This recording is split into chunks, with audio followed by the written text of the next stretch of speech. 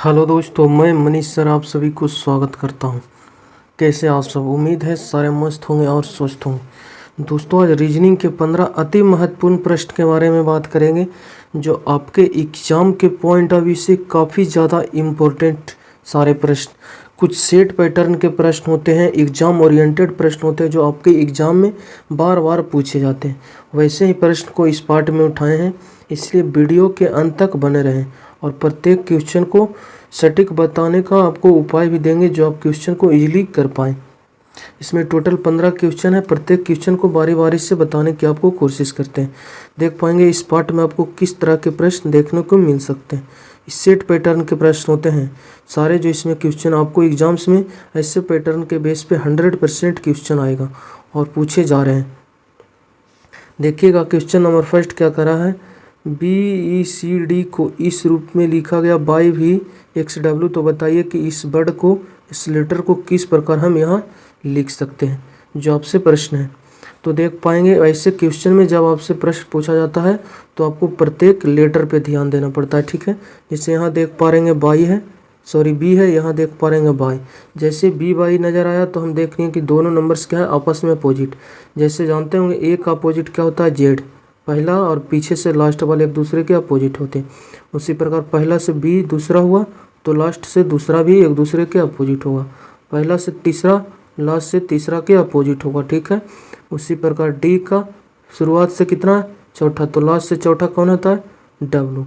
इसका मतलब D W एक दूसरे के अपोजिट जाएगा। इसी प्रकार आगे चलता रहेगा ये, ठीक है।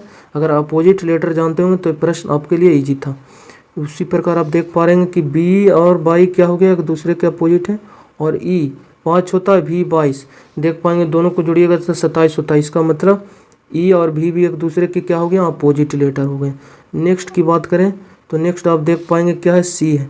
सी होता है 3 और एक्स होता है 24, जोड़िएगा तो 27 हो गया। इसका मतलब ये लेटर भी आपस में अपोजिट हो गए, ठीक है। और वीडियो के अंत तक बने रहें। प्रत्येक क्वेश्चन को हम बार बार बोल रहे हैं, ईजिली समझाने की प्रयास करेंगे। देख पाएंगे डी का अपोजिट होता है कितना, डब्लू। देखिए अभी यहाँ बताएं आपको, सी का अपोजिट भी एक्स बताएं।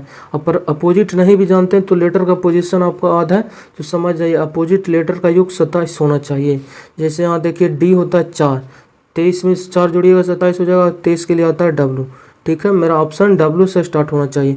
यहाँ एक्स था इसलिए ये गलत, यहाँ भी था एक्स इसलिए ये गलत। उसके बाद फिर देख पाएंगे क्या है, जी होता है 7 में कितना जोड़िएगा कि 27 होगा, 20। इसका मतलब जी का अपोजिट जाएगा 20। टी 20, टी का होता है 20। डब्ल्यू के बाद टी आना चाहिए जो कि सिर्फ ऑप्शन नंबर बी में हमको दिखाई दे रहा हो। यहाँ देखते हैं ये ऑप्शन भी गलत, तब 3 ऑप्शन गलत। ऑप्शन नंबर 20 का करेक्ट आंसर हो जाएगा विद्यार्थी जी। नेक्स्ट जब आगे आपको चेक करने की लॉजिक और पैटर्न आप जान गए तो ये 2 वर्ड को आगे चेक करने की ज़रूरत नहीं है। जब से ही आपका आंसर क्लिक करता है तो उस क्वेश्चन को स्किप करके आगे बढ़िए। देखिए प्रश्न करा है 35 और 6 में जो संबंध है बताइए वही संबंध के साथ आपको किस ऑप्शन में दिखाई दे रहा है वही संबंध। तो देख पाएंगे 35 को देखते हैं तो ये तो 6 गुना करके भी कुछ माइनस किया गया होगा, ठीक है। जैसे आप इसे ले सकते हैं 6 गुना लीजिएगा तो आंसर पहले देखें 35 है तो हम इसे ये तो बोल सकते हैं कि 35 क्या है, 6 का 6 गुना करके 1 माइनस किया गया होगा तभी तो 35 आएगा। 6 छक्का 36 माइनस 1 कितना हो जाएगा, 35। ऑप्शन देखते हैं तो इसका 6 गुना कीजिएगा, यहाँ 6 गुना किए हैं और 1 घटाएं तो सारे ऑप्शन में भी वही नियम लगाना पड़ेगा। तो 9 छक्का कितना हो जाएगा, 54 में 1 घटाइएगा 53 नहीं है। 5 का 6 गुना 30 में 1 घटाइएगा 29 नहीं है। 8 पचे 8 छक्का 48 में से 1 माइनस कीजिएगा 47 नहीं है। 11 छक्का 66 में 1 घटाए। इसका मतलब इस लॉजिक के साथ इस क्वेश्चन को आप नहीं कर पाए। तो फिर आप क्या देख पा रहे होंगे कि सर ये तो स्क्वायर के भी आसपास है। इसका मतलब 6 का स्क्वायर अगर हम कर देते हैं तो कितना होता है, 36। अगर इसमें 1 माइनस कर देते हैं तो मेरा जो रिजल्ट आता है वो क्या आता है, देख पाएंगे 36 में से 1 माइनस कर दिए 35 हो गया। इसका मतलब ये जो लेटर नंबर जो लास्ट में सेकंड वाला है उसका स्क्वायर करके 1 घटा दिए तो इस शुरुआती नंबर आ गया 35, ठीक है। तो उसी प्रकार देखिए यहाँ देखते हैं 9 का स्क्वायर कीजिएगा 81, अब फिर 1 एक्स्ट्रा का माइनस करना पड़ेगा। 81 में से 1 जाएगा 90, यहाँ नहीं है। 5 का स्क्वायर कीजिएगा 25 में से 1 माइनस कीजिएगा 24, यहाँ नहीं। 4 का स्क्वायर 8 का स्क्वायर कीजिएगा कितना 64 में से 1 माइनस कीजिएगा 63 नहीं है। जब 3 ऑप्शन गलत हो तो ऑप्शन नंबर डी इसका करेक्ट आंसर होगा। आपको चेक करने की ज़रूरत नहीं है। आप चेक भी करना चाहते हैं तो 11 का स्क्वायर 121, 121 में से 1 माइनस कीजिएगा 120। ऑप्शन नंबर बी इसका करेक्ट आंसर है। क्वेश्चन नंबर 3, अगर दी गई संख्या श्रृंखला में गलत शब्द को चुने। मतलब इसमें कोई गलत पार्ट सीरीज में आ गया, उस गलत पार्ट को आपको खोजना है। पहले सीरीज देखिए कैसे चल रहा है। सारे प्रश्न को आप रट नहीं सकते, इजीली आप समझते रहिए। प्रश्न के ऊपर आपको फोकस करना पड़ना कि सीरीज क्या चल रहा है, आप रट नहीं सकते क्वेश्चन। ऐसे प्रश्न आपके एग्जाम से प्रत्येक शिफ्ट में पूछे भी जा रहे हैं, इसलिए आप वीडियो के अंत तक बने रहें और वीडियो पहुँच कर प्रत्येक क्वेश्चन को कोशिश जरूर कीजिएगा बनाने की, तभी आप स्कोर इंक्रीज कर पाएंगे, बेहतर कर पाएंगे एग्जाम में। देख पा रहे हैं 80 से हो गया फ्रेंड्स 70, आगे देख पा रहे हैं तो 70 से हो गया कितना 55, फिर नेक्स्ट देख पा रहे हैं कितना हो गया 35, और 35 से देख पा रहे हैं 10 हो गया, और 10 से माइनस का 20 हो गया, और माइनस 20 से हो गया माइनस का 50। तो गलत पार्ट को आपको ढूंढना है। चलिए देखते हैं, हम डिफरेंस ले लेते हैं क्योंकि नंबर काफ़ी धीमी गति से क्या हो रहा है घट रहा है, तो हम डिफरेंस लेते हैं। कितना 10 से हो गया 70, इसका मतलब माइनस कितना हो गया 10 घट गया, ठीक है। माइनस का 10 हुआ है यहाँ पर नंबर के साथ। 80 में से 10 घटा दिए 70, 70 में से फिर 55 आया, इसका मतलब 65, माइनस का 15 हुआ है विद्यार्थी जी। 15 घटा दीजिएगा कितना हो जाएगा 55 हो जाएगा। नेक्स्ट देखिएगा कितना है 55 से हो गया 35, देख पा रहे हैं यहाँ 20 की कमी हो चुकी है। उसके बाद नेक्स्ट देखिएगा 35 से हो गया क्या 10, तो देख पाएंगे यहाँ 25 की क्या हुआ कमी हुआ। उसी प्रकार नेक्स्ट देखिएगा तो 25 से हो गया कि 10 से हो गया माइनस का 20, इसका मतलब यहाँ 30 की कमी हुई है। 10 में से 30 घटाइएगा तो देखिएगा माइनस का 20 आ जाएगा। तो आप देख पा रहे हैं एक सीरीज चल रहा है -10, -15, -20, -25, -30। अगला चेक कर लेते हैं, अगला क्या है 20 से हो गया 50, देख पा रहे हैं यहाँ भी माइनस का 30 हुआ। -20 में से माइनस कीजिएगा 30 तो माइनस का 50 हो जाएगा। इसका मतलब यहाँ पर ये सीरीज क्या हो गया मिस हो गया, ठीक है। यहाँ पर क्या होना चाहिए माइनस का, यहाँ 5-5 के अंतराल में घट रहा है। -10 हुआ, फिर 15, फिर 20, 25, 30, तो यहाँ क्या होना चाहिए माइनस का मेरा 35 होना चाहिए। और माइनस जब 35 कीजिएगा तो यहाँ पर आना चाहिए 55, ठीक है। माइनस का 55 आना चाहिए, तभी ये सीरीज इजीली सही होता। पर यहाँ तो आपको गलत की पहचान करनी थी, इसलिए 50 की जगह क्या आना चाहिए 55, इसलिए 50 मेरा क्या है गलत है सीरीज में। ऑप्शन नंबर डी इसका करेक्ट आंसर हो गया, ठीक है। जो गलत पार्ट था उसको आपको ढूंढना था। क्वेश्चन नंबर 4, बताइए इसका राइट आंसर क्या होगा विद्यार्थी जी। आप सब कमेंट जरूर कीजिएगा। करा लुप्त संख्या ज्ञात कीजिए। अब ऐसे प्रश्न को आप रट नहीं सकते, आप पार्ट वाइज हमारे क्लास को पर डे देख रहे हैं तो आप क्वेश्चन के देखते के साथ आप पैटर्न को लगा पाएंगे कि यहाँ कौन सा हम पैटर्न लगाएं, कैसे मेरा आंसर आ सकता है, ठीक है। हम बार बार बोलते हैं कि लार्ज नंबर पे फोकस कीजिए जहाँ बड़ी संख्या दिखाई दे रहा हो। तो देख पा रहे हैं ऊपर में सारे क्या है बड़ी संख्या आपको दिखाई दे रहा है। इसका मतलब इन दोनों नंबर्स की मदद से, इन दोनों नंबर की मदद से 81 बनाया गया होगा, इसकी मदद से 88 बनाया गया होगा, ठीक है। तो देख पा रहे हैं 84 है, 84 है, तो इन दोनों को मल्टीप्लाई कीजिएगा काफ़ी बड़ी संख्या आ जाएगा। 17 का अगर 12 बार मल्टीप्लाई कीजिएगा 14 को 12 बार तो काफ़ी बड़ी संख्या है 84, बरसत है 84। 12 का मल्टीपल हमको दिखाई दिया बरसत है 84, 7 बार में हो सकता है इसको आधा किया गया होगा। चलिए ठीक है, इसको देखते हैं 9 81, यहाँ भी आधा किया गया है 18 को। देख पाएंगे 9 81, यहाँ 9 का 9 गुना है तो 18 को अगर आधा कर देते हैं तो कितना हो जाएगा 9, और 14 को अगर आधा कर देते हैं तो 7 हो जाएगा, और बरसत है 84 यहाँ भी आ रहा है। इसका मतलब ये जो 14 है इसको आधा कर देते हैं कितना हो जाएगा 7, और इस 7 को अगला नंबर से मल्टीप्लाई कर देते हैं कितना हो जा रहा है बरसत है कि 84, जो कि यहाँ भी आपको दिखाई दे रहा होगा। नेक्स्ट की बात करें तो 18 था, इसको काट दिए कितना 2 से या हाफ कर दिए तो कितना गया, और उसके बाद फिर 9 से मल्टीप्लाई कर दिए तो देख पा रहे हैं कि आपका आंसर कितना आ रहा है 81, और यहाँ भी 81 आया। तो आपका राइट आंसर क्या होना चाहिए 11 को कितने बार मल्टीप्लाई करेंगे कि 88 होगा, तो सर 11 × 88 यहाँ 8, पर आप ध्यान रखिए सारे में आधा किए हैं तो यहाँ डायरेक्ट 8 से यहाँ रखिएगा तो 8 का आधा करके यहाँ 88 आना चाहिए। तो 8 का आधा कर दीजिएगा तो 4 बार 11 44 हो जाएगा, लेकिन नहीं यहाँ 8 बार है तो यहाँ इसका डबल लेना पड़ेगा, 8 का डबल 16, मतलब यहाँ पे कौन सा अंक भरा जाएगा 16, ऑप्शन नंबर डी इसका करेक्ट आंसर है विद्यार्थी जी। नेक्स्ट, और प्रत्येक क्वेश्चन को बनाते रहिएगा, ठीक है ना। करा निश्चित कूट भाषा में सुपरवास को इस रूप में लिखा गया है।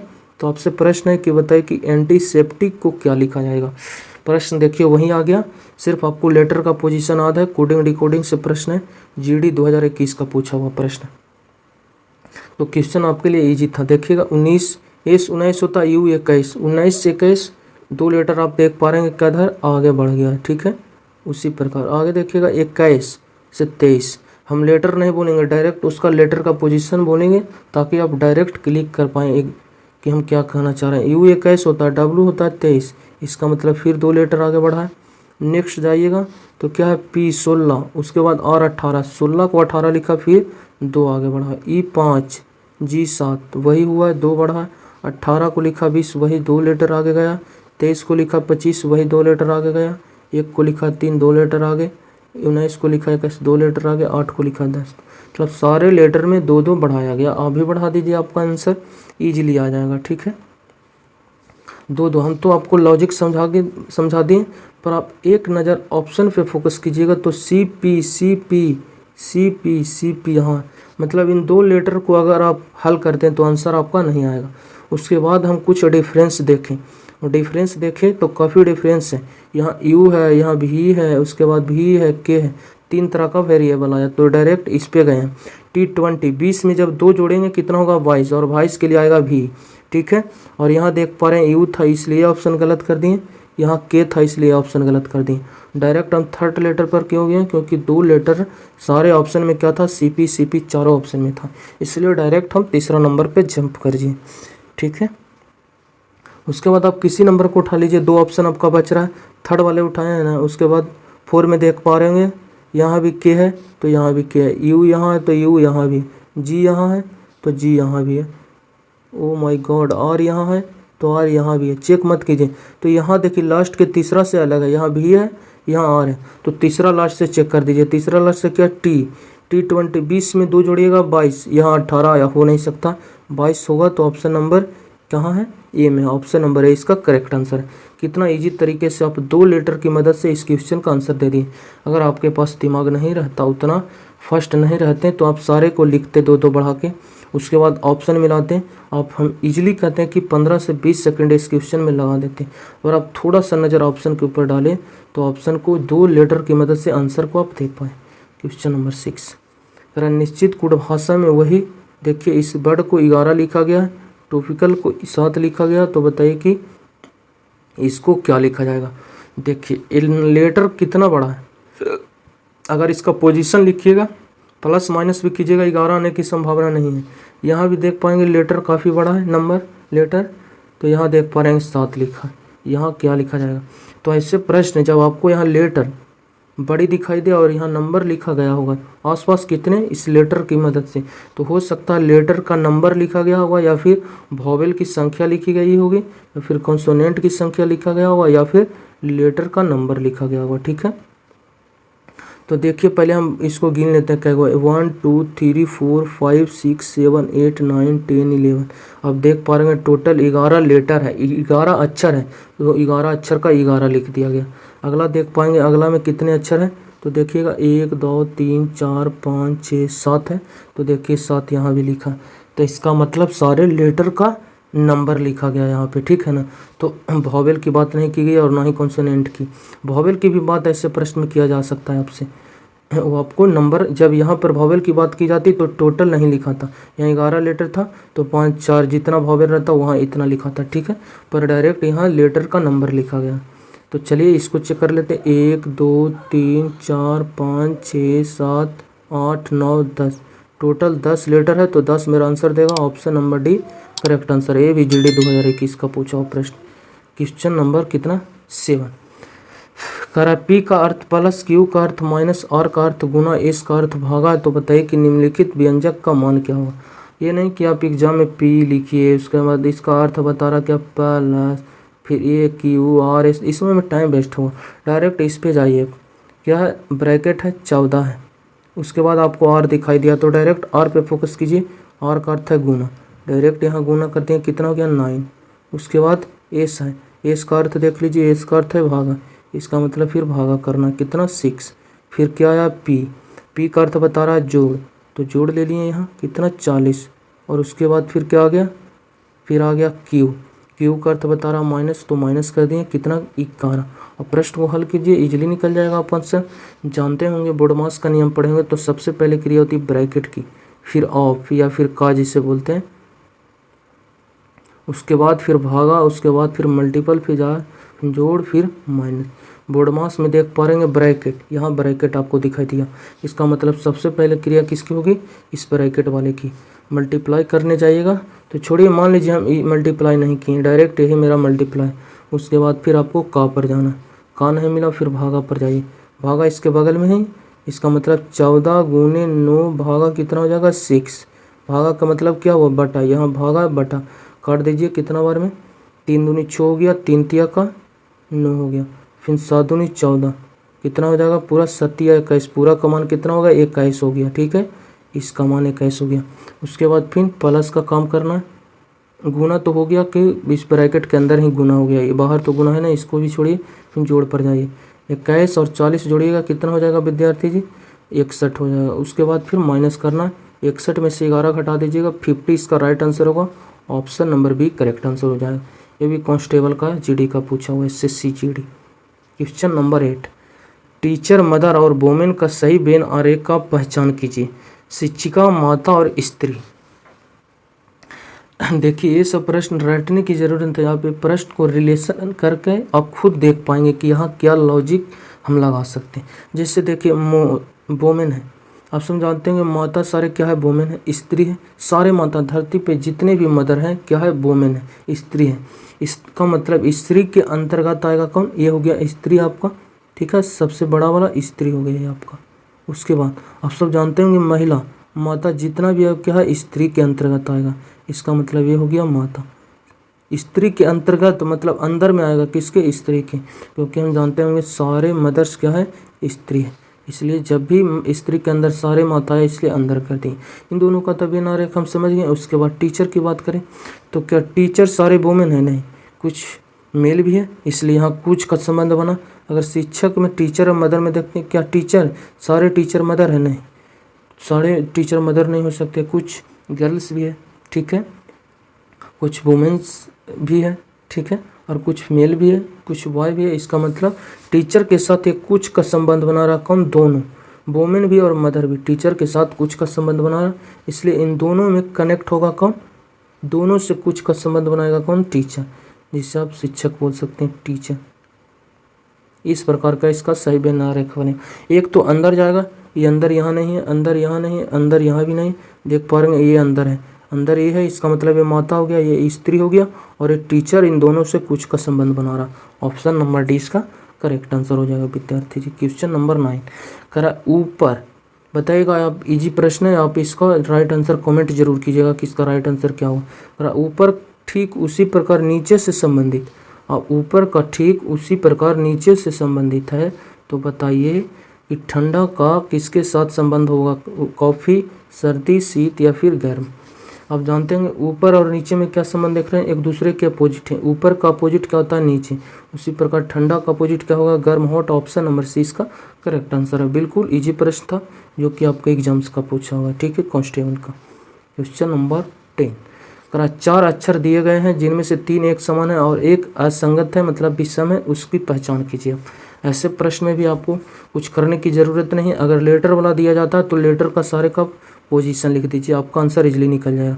जैसे ऑप्शन ए की बात करें तो देखिए ए है, ए का पोजीशन कितना होता है 1, ई का होता है 5, उसके बाद फिर आई होता है 9, उसके बाद एम होता है 13, उसके बाद फिर क्यू होता है 17। तो देख पाएंगे एक सीरीज आपको चलता हुआ दिखाई दे रहा होगा, क्या 1 से हो गया 5, 4 बढ़ा, फिर 9 हो गया 4 बढ़ा, 9 4 13, 13 4 17, चार सारे लेटर में क्या हुआ, प्लस का 4 हुआ विद्यार्थी। और ऑप्शन बी को चेक करते हैं, के होता कितना 11, ओ होता 15, उसके बाद फिर एस होता 19, इसके बाद 23, उसके बाद फिर 1। तो यहाँ भी आप देख पा रहे होंगे एक सीरीज चल रहा है, देख पा रहे होंगे कितना हो गया, 4 बढ़ाइएगा 11 4 कितना हो गया 15, 15 4 19, 19 4 23, 23 4 27, 27 जेड हो गया 26, और फिर 1 आएगा, 1 के लिए आता है, मतलब यहाँ भी सारे लेटर में प्लस का 4 किया गया, मतलब ये दोनों तो सेम हो गया। फिर आपको सी को चेक करना पड़ेगा। तो ऐसे लिख के यहाँ टाइम वेस्ट मत कीजिए सारे में, हम इजीली आपको समझाने की कोशिश कर रहे हैं कि आप समझ पाएँ। अगर लेटर का पोजीशन आता है तो ये सब लिखने की आपको क्या ज़रूरत है, सिर्फ यहाँ टाइम वेस्ट है, सजाना धजाना सिर्फ हो रहा है, इससे आपका कुछ एग्जाम क्लियर होने वाला नहीं। तो डायरेक्ट आप ऑप्शन पे जाइए, देखिए 5 4 9 9 4 13 13 4 17 17 4 21, यहाँ भी सारे लेटर में 4 बढ़ गया, ठीक है। तो ऑप्शन नंबर सारे में यहाँ ए बी सी में सारों में 4 4 बढ़ा, तो ऑप्शन नंबर डी इसका कन्फर्म आंसर है कि अलग होगा, क्योंकि इन तीनों में सेम नियम लग रहा। और बोला कि 3 एक समान है, ये तीनों एक समान है, ये अलग कौन हो गया, डी। डी मेरा आंसर है। चेक भी कर देते हैं, आपको देखिएगा 14 4 कितना हो गया 18, 18 4 22, लेकिन देखिए यहाँ 21 लिखा, यू का मतलब 21, यहाँ 3 बढ़ाया, इसलिए ऑप्शन नंबर डी इसका करेक्ट आंसर हो गया। देखिए जब आपको 2 से अधिक पासा दिया जाता है,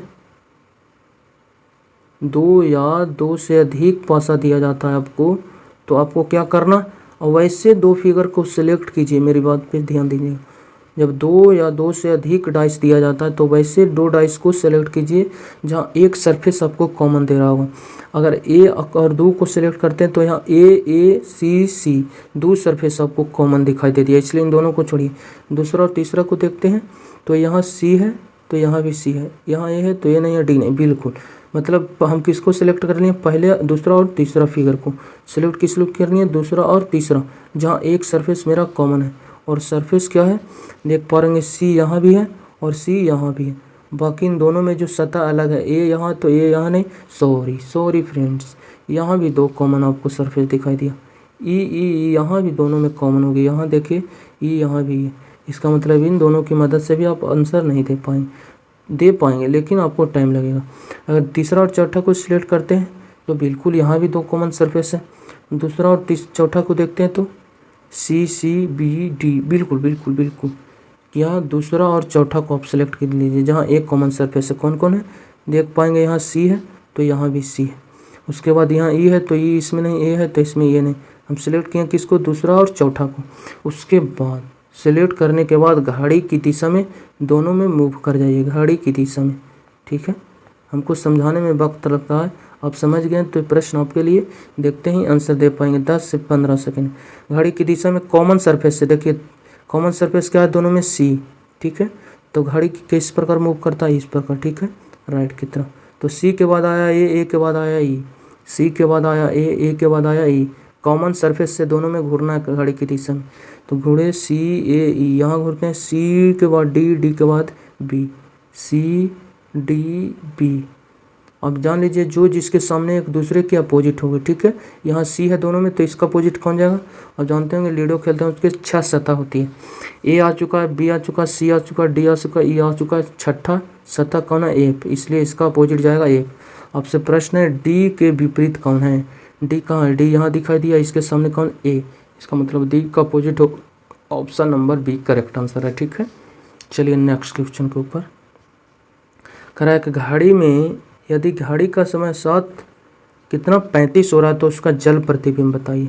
कितना इजी प्रश्न है। कॉन्सेप्ट क्या कहता है कि जब भी जल प्रतिबिंब आएगा तो 18 में से घटा दीजिएगा किसका, घड़ी का टाइम, 18 माइनस घड़ी बराबर टाइम आपको दिखा देगा किसका, जल प्रतिबिंब, वाटर का। एक आता है मिरर का, मिरर यहाँ पूछता कि दर्पण प्रतिबिंब बताइए, तो 12 में से हम माइनस करते हैं, ठीक है।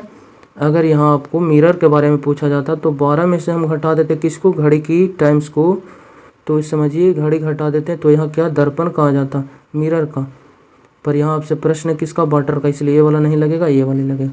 तो सारे 18 में से किसको घटा दीजिए, घड़ी वाले टाइम। घड़ी में टाइम कितना हो रहा है, 7:35, 7:35। तो यही आपका आंसर है। 1 घंटा यहाँ से लीजिएगा तो 17 होके यहाँ 60 जुटेगा, 1 घंटा, 1 घंटा में 60 मिनट होता है तो 60 मिनट इसमें जुटेगा, तो 30 और 60 90, ताकि आप इजीली घटा पाएँ। 90 मिनट में से 35 मिनट माइनस कीजिएगा, कितना हो जाएगा 5, और उसके बाद फिर 55 मिनट इधर हो जाएगा। लास्ट में 55 मिनट आना चाहिए, जो सिर्फ ऑप्शन नंबर डी में हमको दिखाई दे रहा है। इसका मतलब जब इस टाइम को हम जल में देखेंगे तो 10 बजकर कितना 55 मिनट टाइम देगा। 17 में से 7 गया 10, 10:55 कहाँ हो रहा है घड़ी में। आप घड़ी को जब वाटर में देखिएगा तो वाटर में आपको 10:55 का टाइम दिखाई देगा। चलिए नेक्स्ट, कितना कॉन्सेप्चुअल प्रश्न आया। दिए गए चित्र में कितने त्रिभुज हैं बताइए। आप इजीली गिन पाएंगे क्योंकि सारे ऑप्शन क्या है नज़दीकी है। देखिए पहला त्रिभुज ये हो गया 1 2 3 4 और एक बड़ा वाला क्या हो गया 5 तो हो गया इसमें टोटल। ठीक है, अगला देखिए 1 2 3 4 और एक बड़ा वाला ये 5 यहाँ भी बनता हुआ दिखाई दे रहा होगा।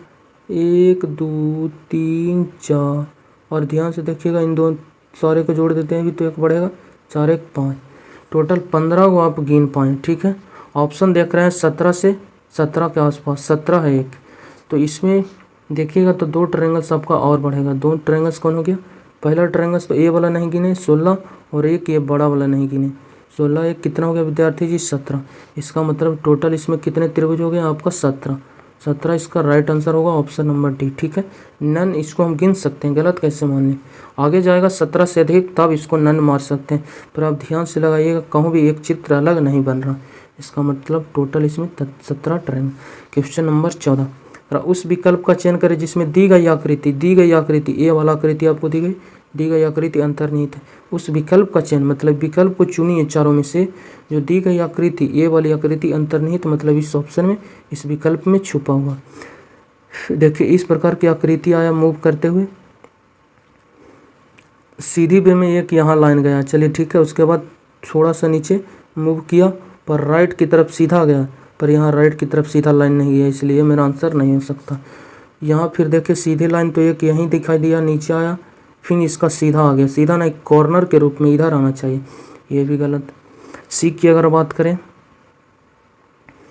चलिए यहाँ से तो एक ये वाली सतह मिली आपको, कॉर्नर के रूप में इधर आया, उसके बाद राइट की तरफ गया, यहाँ से मूव किया पर इन्हें राइट की तरफ नहीं गया, इसलिए इस कॉर्नर पे तो आपको नहीं मिला। पर आप ध्यान से देख पाएंगे तो इसके राइट भी एक ऐसा आकृति बनता दिखाई दे रहा होगा, देखिएगा यहाँ पे, ये देखिए ऐसे हो गया, फिर एक मूव किया नीचे की तरफ, फिर दाहिना की तरफ गया आधा वे में दाहिना की तरफ, उसके बाद नीचे आया है तो नीचे आया, बामा की तरफ गया फिर ऊपर, बामा की तरफ ऊपर। कहाँ छुपा हुआ, ऑप्शन नंबर सी में छुपा हुआ यह आकृति, ऑप्शन नंबर सी इसका करेक्ट आंसर है। डी में वैसा कोई आकृति आपको बनता दिखाई नहीं दे रहा, इसलिए ऑप्शन नंबर सी इसका करेक्ट आंसर है। अगर सही दर्पण प्रतिबिंब बताइए, सीधा वे में आपको हम समझाते हैं। देखिए घड़ी में जब देखने जाइएगा जो आपको बायां हाथ रहेगा वो दाहिना दिखाई दे देगा और जो दाहिना रहेगा बायां दिखाई देगा। ये पहला नोट करिए।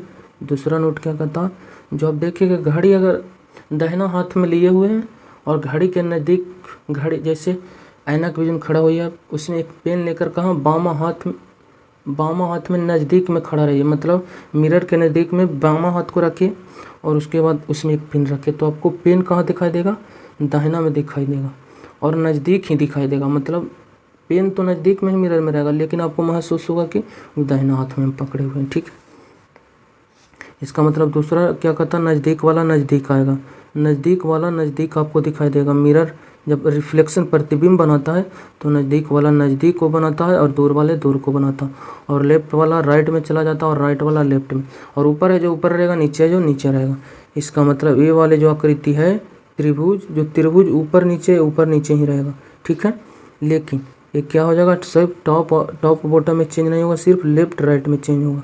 इसका मतलब ऐसा आकृति तो बनेगा ही, बीच से एक लाइन गया ये भी बनेगा। उसके बाद यहाँ से आपको डिसाइड करना पड़ेगा मेरा राइट आंसर क्या हो। मिरर के नज़दीक में देखिए ए वाला मुख किधर हो रहा है, राइट की तरफ है। ठीक है, तो राइट की तरफ राइट वाला किधर आएगा विद्यार्थी, लेफ्ट में बाएं। जो दाहिना आपको गया लाइन वो बायां आएगा, मतलब बायां का मतलब इधर आएगा, दाहिना इधर गया तो बामा इधर आएगा, मतलब ये पट्टी बायां आ गई। और ये देख पा रहे हैं मिरर के बाएं में, मिरर यहाँ तो बायां इधर है, तो मिरर का बायां वाला चीज़ मिरर के दाहिना में जाएगा, इसका मतलब दाहिना इस प्रकार जाएगा, इधर जाएगा। ऐसा आकृति आपको प्रतिबिंब में बनता दिखाई देगा, जो सिर्फ ऑप्शन नंबर ए में दिखाई दे रहा है। ऑप्शन नंबर ए इसका करेक्ट आंसर होगा। ठीक है, यहाँ देख पा रहे हैं बायां आना चाहिए, इसको दाहिना कर दिया, इसको तो उलट ही दिया त्रिभुज को। चलिए वीडियो अच्छा लगता हो तो प्लीज़ शेयर कीजिएगा वीडियो को ज़रूर दोस्तों के पास। बहुत मेहनत करते हैं और सब्सक्राइबर मेरा बहुत कम है, आप सपोर्ट कीजिएगा तभी हम वीडियो पर डे बनाकर आपके लिए प्रोवाइड करेंगे, वरना फिर हम भी छोड़ देंगे। अगर वीडियो अच्छा लगता हो तो प्लीज़ शेयर कीजिए वीडियो को, चैनल को सब्सक्राइब कर हमारे साथ जुड़ सकते हैं। चलिए बाय, टेक केयर।